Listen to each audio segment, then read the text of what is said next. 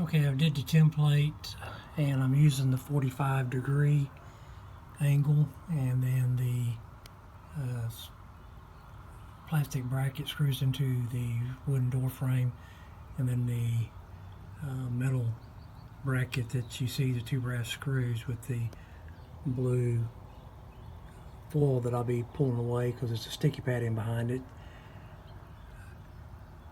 I used the two wires that came with the kit and just wired it directly to the doorbell wires. As you can see, the two wing nuts they sent with it, and I'll be pushing the two blue wires back in behind the bracket itself. I won't be putting it back in the hole because there's space for it just to fit behind the bracket, and then I'll be mounting it onto the bracket here in a few seconds.